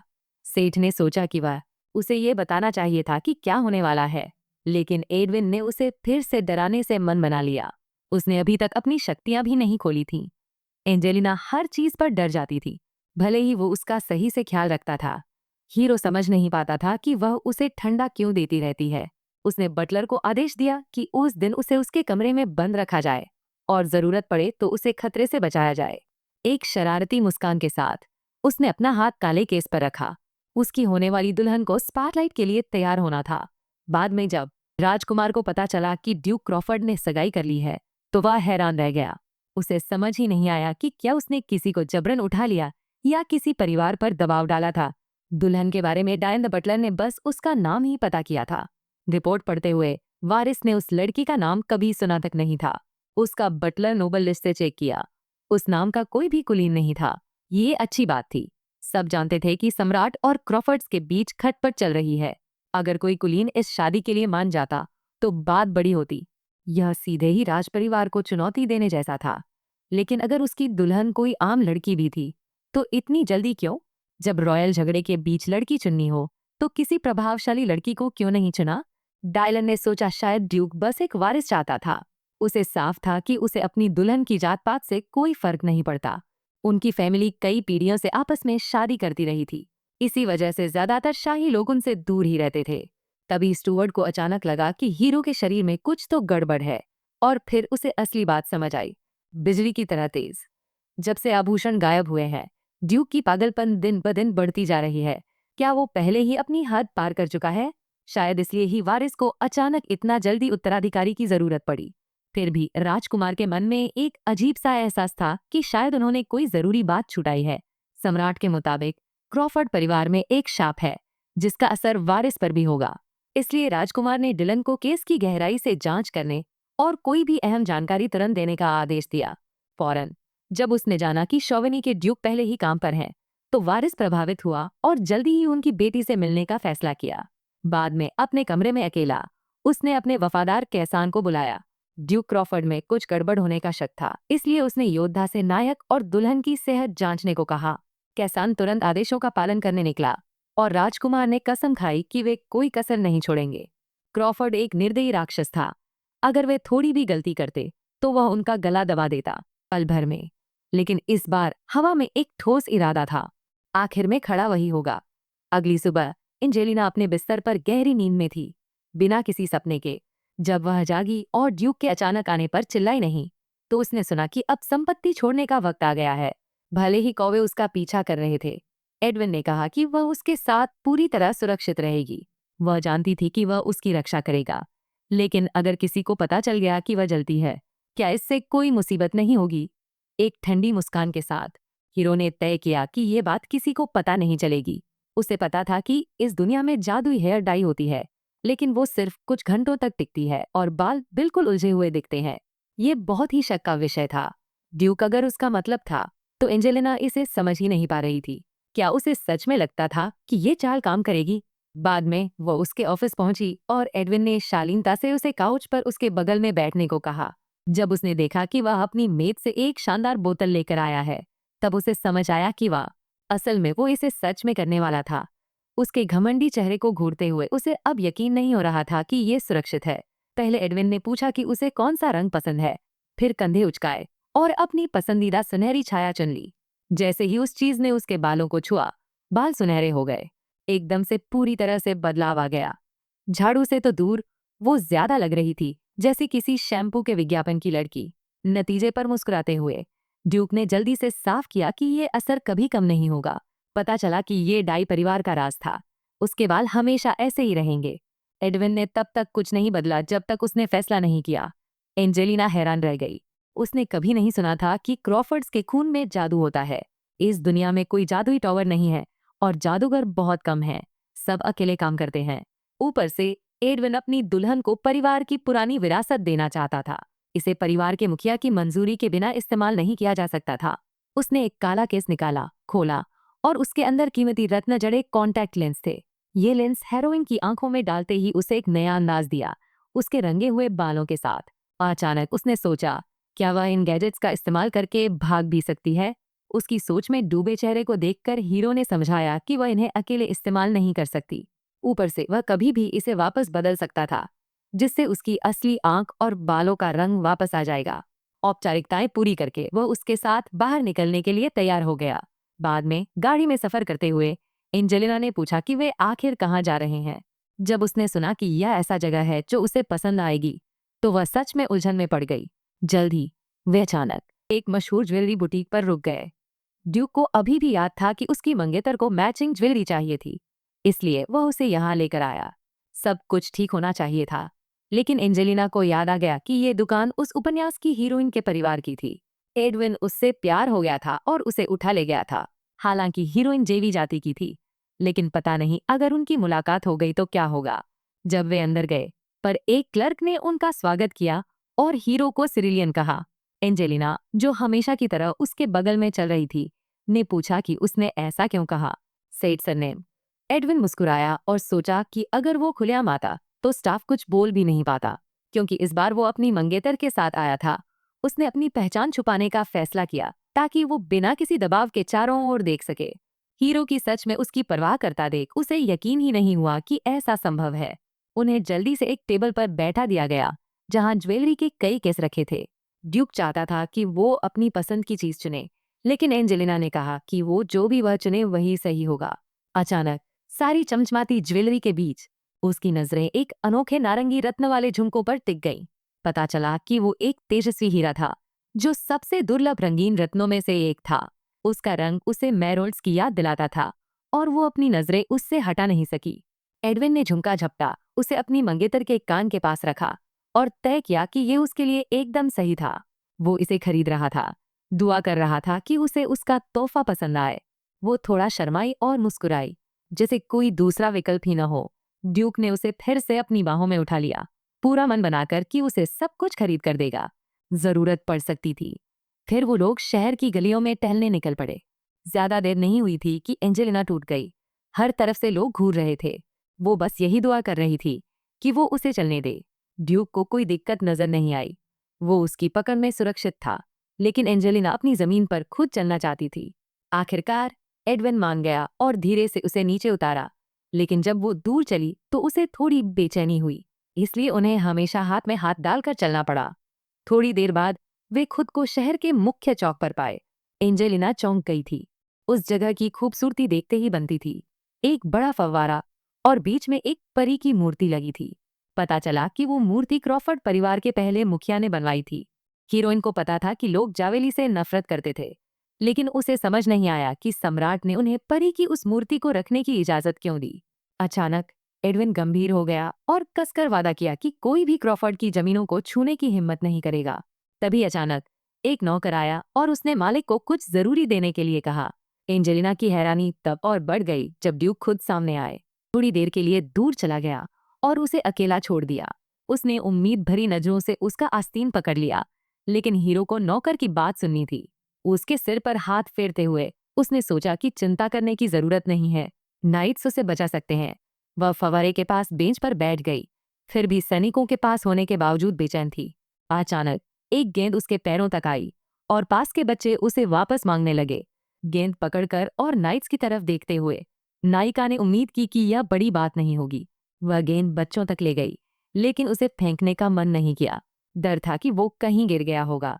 लचके ने खिलौना उसके हाथों से छीन लिया और भाग गया, जिससे वो पूरी तरह हैरान रह गई। वह घूमी और गलती से एक गुजरते आदमी से टकरा गई, जिसने तुरंत माफी मांगी। लेकिन जैसे ही उसने उसका चेहरा देखा, वह काला चोला पहने अजनबी का चेहरा बदल गया और वह उलझन में पड़ गया। आदमी समझ नहीं पा रहा था कि वो इस शख्स को देखकर ऐसा क्यों प्रतिक्रिया दे रहा है। पीछे हटते हुए एंजेलिना को कुछ ऐसा लगा जैसे वह उसे पहचानता हो या उसने समझ लिया हो कि वह जानना चाहती है कि वह कौन है और उसका मकसद क्या है उसके अपने प्यार से।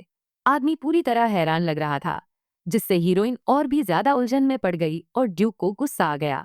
कुछ मिनट बाद एडविन ने अपनी मंगेतर को कॉटन कैंडी खरीदी और उसे बेंच पर बिठा दिया। छड़ी पर लगे मीठे बादल का एक टुकड़ा खाते ही एंजेलिना को काफी सुकून महसूस हुआ। उसने सोचना शुरू किया कि क्या हीरो को वो अजीब चोला ओढ़ा हुआ आदमी पता था।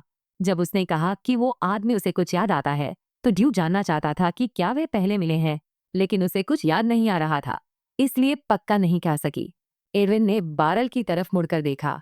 उम्मीद कर रहे थे कि उन्होंने उस लड़के को मार दिया होगा, लेकिन अफसोस कि वह भाग निकला था। हीरो ने तुरंत आदेश दिया कि उसे जिंदा पकड़कर उसके पास लाया जाए, जिससे एंजेलिना कांप उठी। मुस्कुराते हुए उसने कहा कि वह उसे जल्दी ढूंढ ही लेगा, चिंता करने की कोई बात नहीं। उस रात राजकुमार को खबर मिली कि ड्यूक क्रॉफर्ड अपनी मंगेतर के साथ खुद बाहर निकले हैं। अगर उसकी जगह होता तो वह उसे छुपा कर रखता, लेकिन एडविन ऐसा लग रहा था जैसे जानबूझकर अपनी चुनी हुई को दिखा रहा हो। कैसान ने खुद इसकी पुष्टि की। उसका बाल सच में सुनहरे रंग के थे, इसलिए वह नहीं थी जवाहरात। लेकिन राजकुमार सिर खुजलाए जा रहा था। आखिर ड्यूक उसे साथ क्यों लेकर आया? शायद वो बस बुरा महसूस कर रहा है और जल्दी से वारिस चाहता है।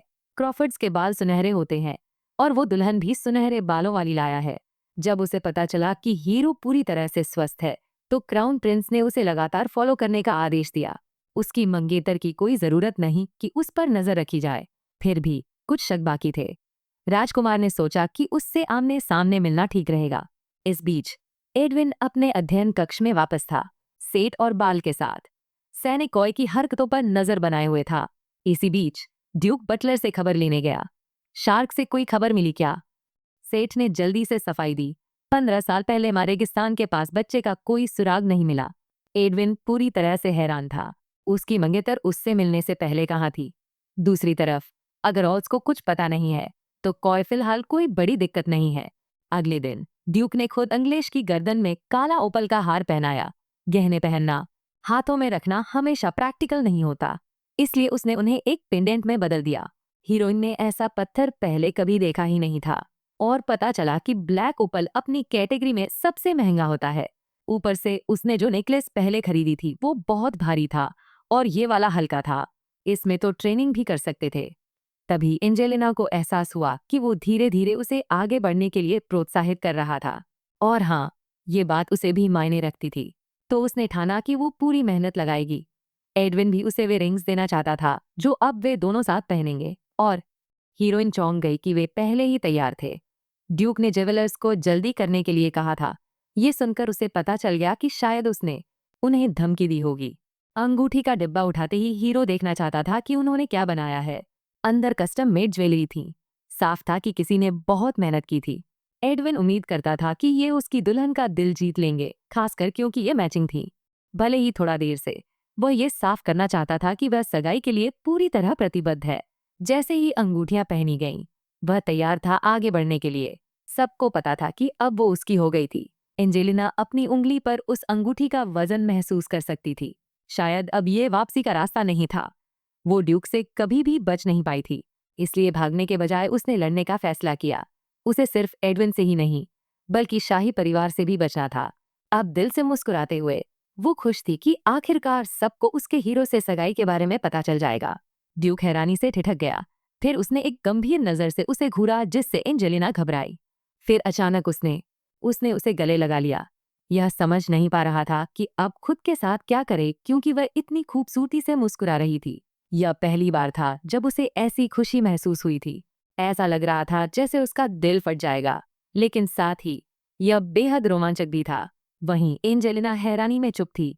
उसे समझ ही नहीं आ रहा था कि क्या हो रहा है। बाद में एडविन ने बताया कि वह कल जा रहा होगा। इंपीरियल परिवार ने बहुत ध्यान खींचा था और टॉम राइडर्स पहले ही आ रहे थे। इसके अलावा वह चाहता था, उससे कहा कि वो अपनी कमरे में ही रहे और कल रात बाहर न निकले। एंजेलिना उसके शब्द सुनकर चौंक गई। आखिर बात इतनी बड़ी क्या थी? पता चला कि वो खून चंद्र की रात थी, जब असली राक्षस बाहर निकलते हैं, जैसे वादा किया गया था। अगली रात उसने खिड़की से देखा, आसमान में एक बड़ा खून जैसा लाल चंद्रमा टंगा हुआ था। उसे याद आया कि कुछ वक्त पहले ऐसी अफवाहें फैलने लगी थी कि राक्षसों का जुड़ाव जेविल से है। अगले सालों में उनके जाति पर शक पूरे साम्राज्य में फैल गया और नफरत बस बढ़ती ही गई।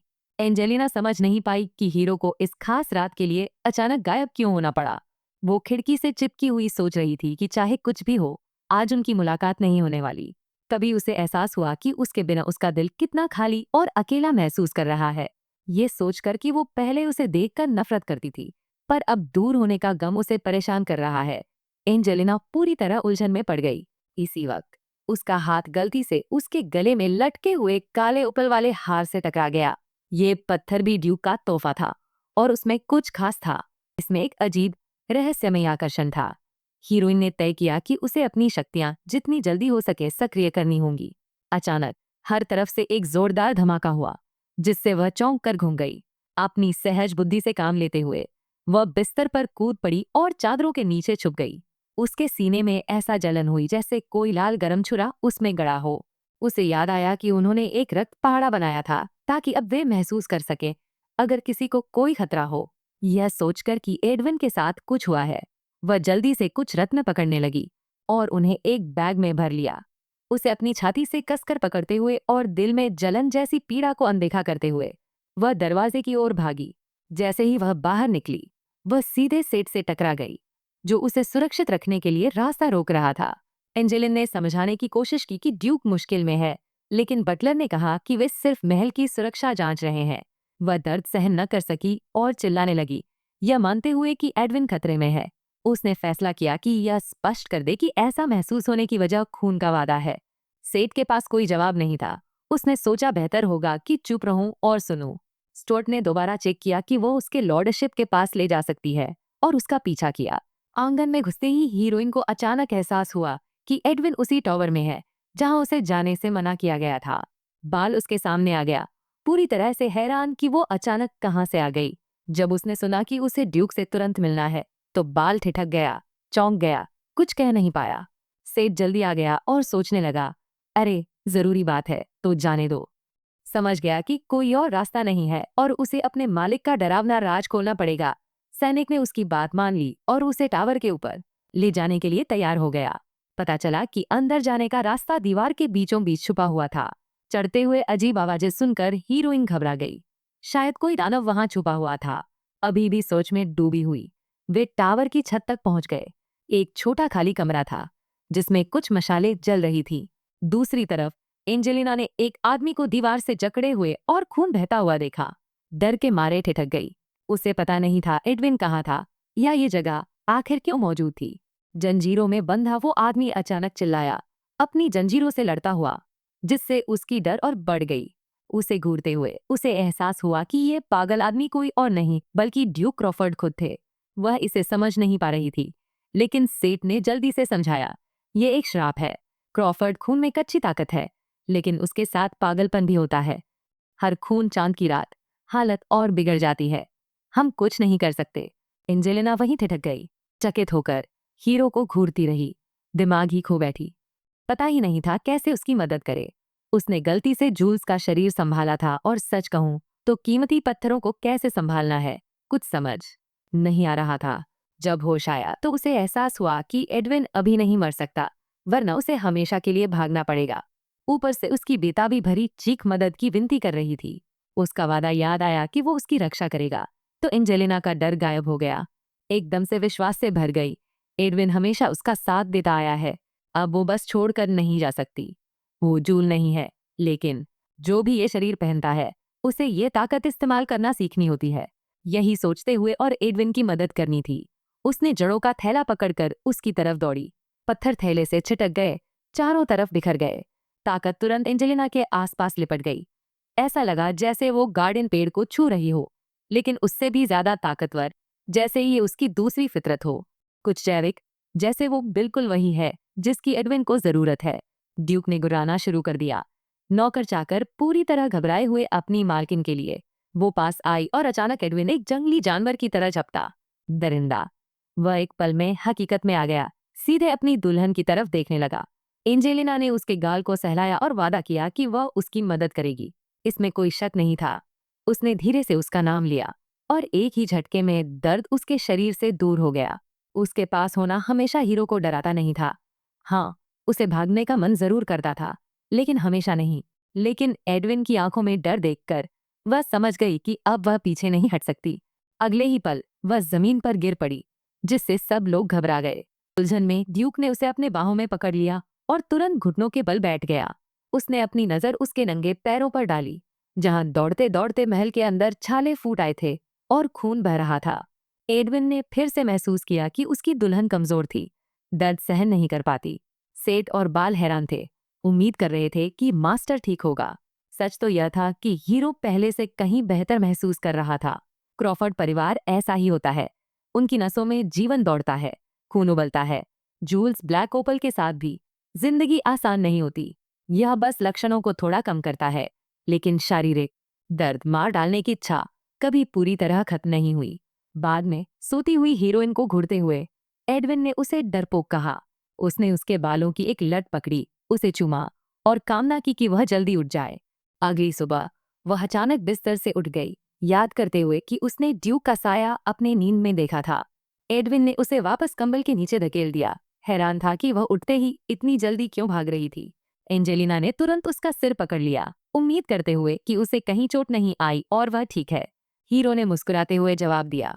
जानना चाहता था कि क्या वो सच में उसकी इतनी परवाह करती थी। उसे समझ नहीं आया कि इसमें इतना चौंकाने वाला क्या था। वो तो बुरी हालत में दिख रहा था। उसे कसकर पकड़ते हुए ड्यूक ने फैसला किया कि अब सब ठीक है और वो खुद को बहुत अच्छा महसूस कर रहा था। साथ ही उसे आखिरकार समझ आया कि किसी के लिए कोई परवाह करना क्या होता है। खुद भी ऐसा बनने का मन बनाते हुए उसने अपनी दुल्हन के पैर के बारे में पूछा। पता चला कि उसने चोट लगना तक भूल ही गई थी।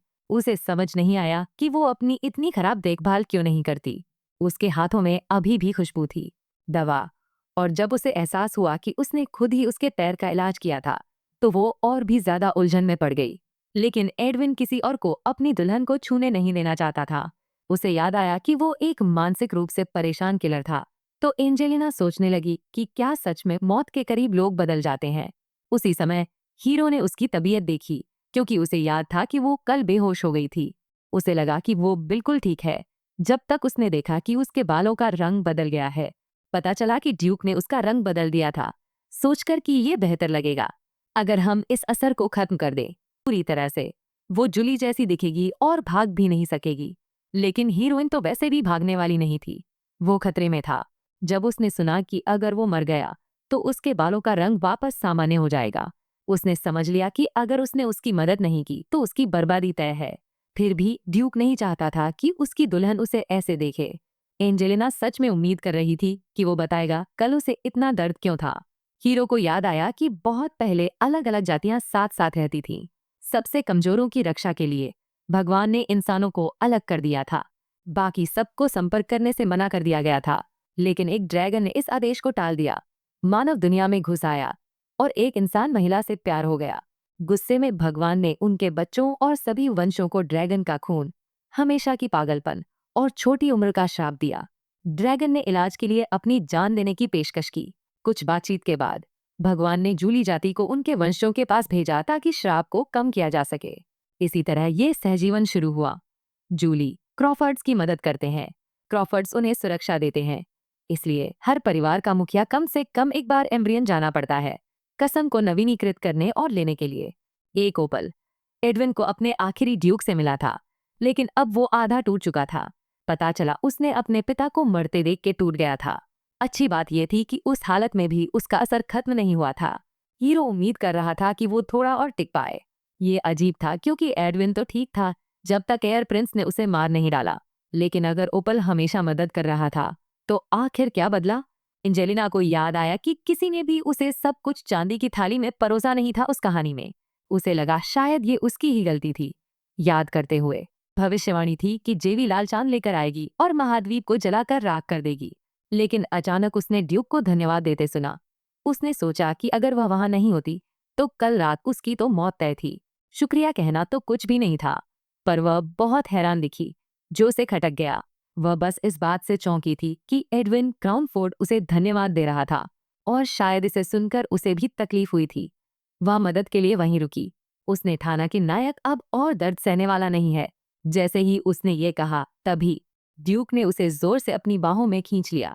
अचानक उसे लगा, क्या एंजेलिना सच में कुछ नहीं भूली थी? जब उसने सुना कि उसका मतलब वो पत्थर थे जिनका इस्तेमाल उसने सीखा था, तो हीरोइन को अचानक समझ आ गया। अपना होमवर्क पूरा करने के बाद अब वो उसे कोई भी इच्छा पूरी कर सकती थी, सिवाय भागने या तलाक लेने के। उसकी आंखों में देखते हुए वह एक वादा चाहती थी कि वह मरेंगे नहीं। एडविन हैरान रह गया। हाँ, वह उसे बचाने में व्यस्त था, लेकिन जाहिरा तौर पर बात कौओं की नहीं थी। उसका मतलब खुद ड्यूक था। यह बात उसे और भी ज्यादा उलझन में डाल गई। वह जानती थी, दिल ही दिल में उसे उसके लोगों को मारने वाले शौक से डर लगता था, लेकिन उसने अपनी बात नरम तरीके से कही। उसे याद था उसने कहा था कि वो उसे अपनी आने वाली पत्नी की तरह ट्रीट करेगा। अगर वो गलती करेगी तो वो खतरे में पड़ सकता है, इसलिए उसे अपनी सुरक्षा का ध्यान रखना होगा। अब दोनों एक ही किस्मत से बंधे थे, और अगर उसे लंबी खुशहाल जिंदगी चाहिए थी तो उसे ये वादा करना ही होगा। नायक उसकी किस्मत की बात सुनकर प्रभावित हुआ, और जब उसने ये कसम ली तो एंजेलिना खुशी से पागल हो गई। लेकिन फिर भी उसे एक कॉन्ट्रैक्ट चाहिए था, और एडविन उलझन में पड़ गया। क्या उसकी आने वाली पत्नी उस पर इतना भरोसा क्यों नहीं करती थी? वह उस पर भरोसा नहीं कर पा रही थी, जो किसी भी गलती पर तलवार निकाल लेता था। तो ड्यूक ने पूछा कि क्या कभी उसने कोई वादा तोड़ा था। उसकी हैरानी की बात यह थी कि जवाब कभी नहीं था, लेकिन उसे शांत करने के लिए उसने कॉन्ट्रैक्ट पर साइन कर दिया। उसी रात ड्यूक पाइटन को फेरोना से रिपोर्ट मिली। वारिस ने लेडी शिनी को चाय के लिए बुलाया था, यह जानते हुए कि राजकुमार संभावित ससुराल वालों की खबर ले रहा था। उनके लिए ये सब बहुत थका देने वाला था। शायद ये उस भविष्यवक्ता की बात थी। उसके लिए एक रत्न विशेषज्ञ ढूंढने की बात चल रही थी। इसी वजह से दो महिलाएं क्राउन प्रिंसेस की भूमिका के लिए आगे आईं, लेडी शियोवनी और एवलिन पेटन। उनके परिवार ज्वेलरी के बड़े बड़े साम्राज्यों को चलाते थे, जो दक्षिणी और पूर्वी क्षेत्रों का प्रतिनिधित्व करते थे। कभी प्रतिस्पर्धा करते तो कभी साथ मिलकर काम करते। ड्यूक अपनी बेटी को शाही परिवार में नहीं देखना चाहता था। वह चाहता था कि वो बिजनेस संभाले, लेकिन ये कैसे होगा बिना वारिस को नाराज किए। तभी एक और नौकर दौड़ता हुआ आया, हाथ में एक भयानक खबर लेकर। लेडी पेटन बहुत बीमार महसूस कर रही थी और तुरंत डॉक्टर चाहिए था। थोड़ा बाद डॉक्टर ने लड़की की जांच की और लगा कि शायद बुखार हो गया है। ड्यूक हैरान था। उसकी बेटी को कभी सर्दी खांसी तक नहीं हुई थी, लेकिन डॉक्टर फिर भी ठीक से पता नहीं लगा पाया कि दिक्कत क्या है। खैर, बुखार आम बात थी, तो कोई बड़ी बात नहीं। बाद में उसने सुना कि उसकी हालत ठीक हो रही है और तुरंत उसकी कमरे की तरफ भागा। एवेलिन फिर से ठीक थी और अपने घबराए हुए पापा का मुस्कुराकर स्वागत किया। उसे बुरा लगा कि उसने पापा को परेशान किया, लेकिन उसके लिए सबसे जरूरी यही था कि बेटी ठीक हो। तभी नौकरानी पर्दे जोर से खींचकर खुले, धूप तेजी से अंदर घुसी और एवेलिन अचानक आंखें दबाकर करा उठी। ड्यूक हैरान रह गया, जबकि वह दर्द से चिल्ला रही थी। उन्होंने फिर से पर्दे बंद कर दिए, लेकिन वह अपनी आंखें खोल भी नहीं पा रही थी। बाद में डॉक्टर वापस आया और बताया कि ये बुखार के बाद के असर हो सकते हैं। ड्यूक को बीमारी की सही जानकारी ज्यादा नहीं, अपनी बेटी के लिए इलाज ढूंढना जरूरी था। डॉक्टर को सच बताना पड़ा। उसकी आंखें थोड़ी सुधर सकती हैं, लेकिन पूरी तरह ठीक होना लगभग नामुमकिन है। जब उन्होंने ये सुना तो दोनों ड्यूक और एवलिन ठिठक गए। क्यों? कब? कुछ भी समझ में नहीं आ रहा था। एवलिन ने पूछा कि क्या वह अभी भी कीमती रत्नों को निहार सकेगी। जब उसने सुना कि उसे चमकीली चीजों से दूर रहना होगा, तो उसकी हालत सबसे खराब हो गई। स्थिति की गंभीरता समझते हुए ड्यूक ने डॉक्टर से कहा कि वह पूरी ताकत लगाकर इसे ठीक करने की कोशिश करे। बाद में एवलिन ने सोचा कि अगर किसी को पता चला कि परिवार के अगले मुखिया को गहनों की ओर देखना तक बर्दाश्त नहीं है, तो वह परिवार का मजाक बन जाएगी। उसके पिता ने तर्क दिया कि वह परफेक्शनिस्ट बनने की जरूरत नहीं थी और आसपास कुछ भरोसेमंद लोग थे जो सब संभाल लेंगे। ऊपर से उसने कई दिन से कुछ खाया भी नहीं था, तो ड्यूक चाहता था कि वो कुछ खाए, वरना वो हड्डियों का ढांचा बन जाएगी। थोड़ा बाद उसने सीधे अपने पापा से पूछा कि क्या ओरेकल की भविष्यवाणी सच होने वाली है। उसी रात ड्यूक ने फोन से 2 बार पक्का कर लिया कि उसे याद है कि एवलिन के पास कौन सा ओरेकल था। पुरानी भविष्यवाणी के मुताबिक अगर वे मैनोसॉरस के असली मालिक को नहीं ढूंढ पाए तो सब खत्म हो जाएगा। तभी अचानक डॉक्टर बिना बताए आ गया और ड्यूक ने उसे अंदर आने का इशारा किया। डॉक्टर का मिजाज थोड़ा गंभीर था और उसने अचानक फैसला किया कि सही कारण पता लगाने के लिए पूरी जांच करनी पड़ेगी। ड्यूक हैरान था। ये तो बस सामान्य फ्लू जैसा कुछ था ना? डॉक्टर ने जल्दी से साफ किया कि बुखार और सिरदर्द तो आम लक्षण है, लेकिन दूसरी बार चेक करते हुए उसने उसकी त्वचा पर हरे धब्बे देखे जो उसने पहले कभी नहीं देखे थे। ड्यूक ने उम्मीद जताई कि जैसे ही उन्हें पता चलेगा कि क्या हो रहा है, वे जल्दी से इसका इलाज कर पाएंगे। डॉक्टर ने माना कि वह कुछ भी वादा नहीं कर सकता। ड्यूक ने हारा हुआ सांस लिया और उसे बाहर निकलने को कहा। कुछ ही मिनटों बाद एक नौकर तेजी से अंदर आया और जरूरी खबर दी। जैसे ही उनकी ग्रेस ने सुना कि एली खान अब गिर गया है, वे लगभग हार्ट अटैक से बच गए। बाद में एडविन को इंपीरियल परिवार के बॉल का निमंत्रण मिला और उसने उसे जला दिया। सेठ जानता था कि उनका कोई बड़ा ऐलान आने वाला है। हर परिवार के मुखिया को वहां होना था, लेकिन हीरो ने उसे नजरअंदाज कर दिया। जैसे ही बटलर जलाने लगा, निमंत्रण पाकर उसे याद आया कि लेडी एड को बुखार के बाद की जटिलताओं की वजह से नजर की दिक्कत हो रही थी। जब एडविन को पता चला कि धनसाव ड्यूक एड की एलिया खान में हुआ था, तो उसने इसे शक की नजर से देखा। हो सकता है ये सिर्फ एक संयोग हो, लेकिन किसी ने अपनी चाल चलनी शुरू कर दी है। सेठ और ज्यादा जानना चाहता था, लेकिन हीरो को लगा कि इसमें ज्यादा समय बर्बाद करने की जरूरत नहीं है। उसे पहले से ही पता था कि इसके पीछे कौन है। वो शख्स सम्राट परिवार के करीब जाना चाहता है और साथ ही किसी ताकतवर को नीचे गिराने की साजिश रच रहा है। शाही खून का नाता। अपना मेल चेक करते हुए ड्यूक ने देखा कि उसे गार्डन फेयर का निमंत्रण आया था। उसने इसे नजरअंदाज कर दिया। बार बार उसे वहां क्यों बुलाते रहते हैं। बटलर भी इसे आग में डालने ही वाला था, लेकिन एडविन ने अचानक उसका खत हाथ से छीन लिया। एक पल सोचने के बाद उसे एक जबरदस्त आइडिया सूझा। इसी बीच हीरोइन पत्थरों की जांच कर रही थी, काले ओपल की अजीब खासियतों से हैरान। आमतौर पर रत्न सक्रिय हो जाने के बाद ऊर्जा सोखना बंद कर देते हैं, लेकिन ओपल तो लगातार ऊर्जा ले रहा था। जाने लगी। उस पर एक निशान था जो बाकी पत्थरों में सक्रिय होने के बाद नहीं था। कुछ रत्नों को तो पहचानना भी मुश्किल था, और एंजेलिन को लगा कि शायद उसकी किस्मत खराब है। वह अपनी सीट से अचानक उठी और चिल्लाई, यह सोचते हुए कि शायद उसके पास सभी ताकतें नहीं हैं, पर वे बिल्कुल भी कम नहीं है। उसी वक्त ड्यूक झुका, जानना चाहता था कि उसकी दुल्हन इतनी क्यों बेकाबू हो गई है। वह चिल्लाई जैसे पहले करती थी।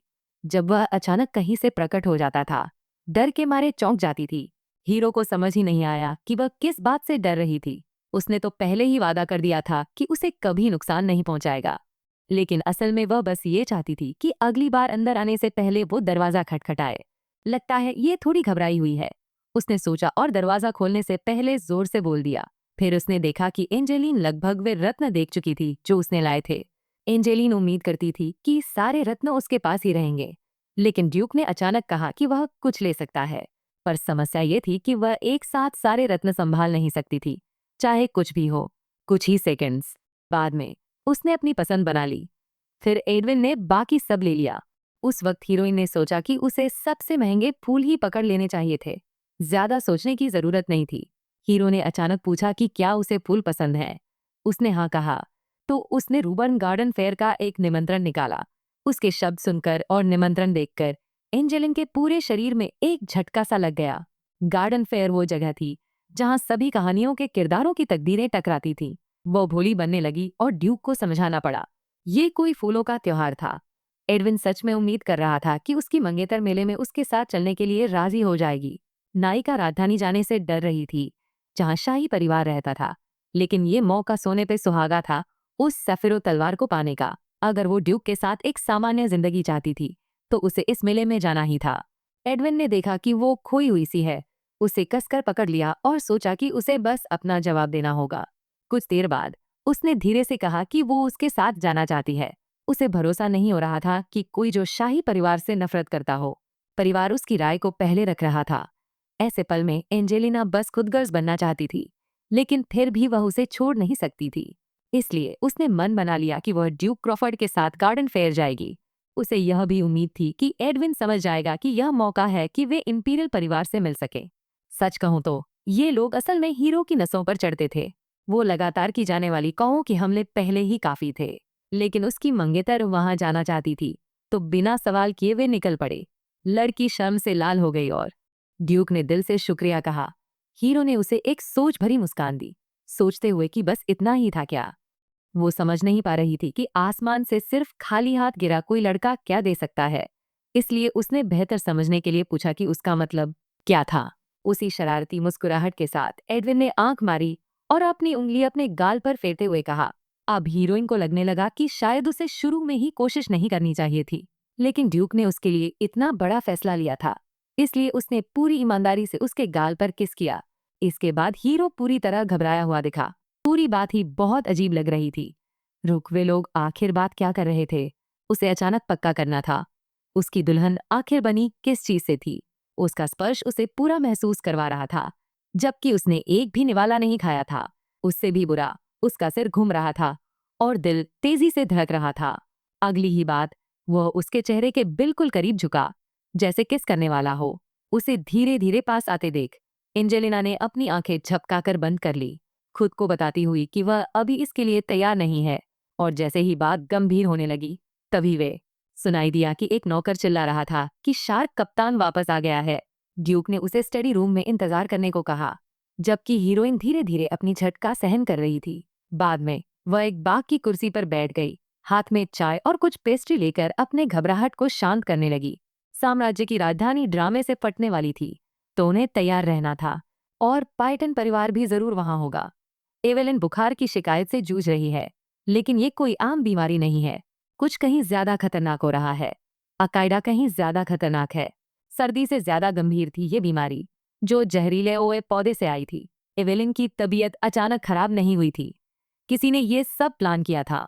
कहानी के अंत तक ड्यूक उस आदमी को ढूंढ निकालता है जिसने उसकी बेटी का सपना चुरा लिया था। एंजेलिना इस लड़ाई में कूदने वाली नहीं थी। उसका मकसद बस बचना था, लेकिन उन्हें एवेलिन का इलाज करना था, ताकि वे अपने एस्टेट में छुपा हुआ सीफर ब्लेड पा सकें। अब उन्हें ये समझना था कि कैसे एवेलिन को ठीक करे बिना उसकी छुपी हुई ताकत को उजागर किए। उसने अपनी नजरें तेज धूप में डूबते सूरज की तरफ उठाईं। तभी उसके दिमाग में एक जबरदस्त आइडिया आया। एंजेलिना पहले ही इसे पूरा करने की तैयारी कर रही थी। सबसे पहले जेन्नी को कहा गया कि वह अभी तुरंत सेत के कमरे में उसे ले जाए। इस बीच हुआई ने अपने मालिक का सिर थाम लिया। तय था कि वह उनके साथ रहेगा और उनकी रक्षा करेगा, लेकिन उसे पता था कि सब कुछ कंट्रोल में है। एडविन को समझ नहीं आ रहा था कि घबराने की क्या जरूरत है। ऊपर से हीरोइन उनके साथ थी, तो टेंशन लेने की कोई बात नहीं थी। एक तरफ हुआई सच में खुश था कि लड़की अब ड्यूक के साथ है। दूसरी तरफ उन्हें बिल्कुल भी पता नहीं था कि वह लड़की कहाँ से आई थी। योद्धा दूसरे देशों में भी इस मामले की तहकीकात की, लेकिन कुछ हाथ नहीं लगा। उसके बाद उसने कब्रों को लूटने वालों की खबरें जुटानी शुरू कर दी। अफवाहें हैं कि अम्ब्रिया वाले मुआस रेगिस्तान में भी प्राचीन खजाने छुपे हैं। तरह तरह की थ्योरीज हैं, लेकिन सबसे मुमकिन बात तो कीमती रत्नों की लगती है। एडविन को ये बात थोड़ी साधारण लगी, लेकिन ह्यूई ने तुरंत समझाया, बिल्कुल, ये पत्थर बिल्कुल आम नहीं है। कहा जाता है कि वहाँ एक रहस्यमय रत्न है जो छूने पर जिंदा फूल जैसा महसूस होता है। इसे छूना भी मना था। कुछ लोग तो कहते हैं कि प्राचीन यूकालिस राज्य में इसे पवित्र माना जाता था। जब ड्यूक ने सैनिकों से सुना कि शाही परिवार शायद इस रत्न के पीछे है, तो उसने पता लगाने की ठानी कि ये अफवाहें कहाँ से आ रही हैं। पता चला तरह तरह के किस्से और अटकलें चल रही थीं, जो कभी बढ़ती तो कभी कम हो जाती थी। लेकिन जैसे ही सब शांत होने लगते, कोई न कोई फिर से इन्हें हवा दे देता। जैसे ही रेगिस्तान की अफवाहें फैलने लगीं, कौवे भी मुसीबतें खड़ी करने लगे।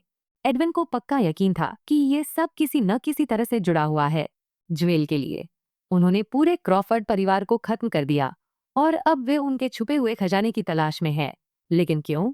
अगर ये थ्योरी सही है, तो ये नरसंहार सिर्फ क्रॉफर्ड्स को खत्म करने के लिए नहीं था। ड्यूक ने हुई को आदेश दिया था कि वह उस रहस्यमय रत्न के बारे में जितना हो सके उतना पता लगाए। इसी बीच पैलेस के स्टूवर्ड बिना बताए एक रिपोर्ट लेकर आ गया। सेठ ने सच बताने का फैसला किया। कुछ ही मिनट पहले उस महिला ने उससे एक मदद मांगी थी। एडविन पूरी तरह से चुप हो गया जब उसने सुना कि वह उसे तोहफा, खुशी से झूमते हुए। उसे बिल्कुल समझ नहीं आ रहा था कि अचानक ये सब क्यों हुआ। लेकिन हुई ने कहा कि तोहफे के लिए किसी वजह की जरूरत नहीं होती। बटलर ने बताया कि उस महिला को उनके प्रभु को हैरान करना था। हीरो ने सेठ को हैरानी भरी नजरों से देखा, सोचते हुए कि ये किस तरह का तोहफा होगा। फिर बटलर ने उसे एक मुड़ा हुआ पर्चा थमाया, जिस पर तोहफे का डिजाइन बना था।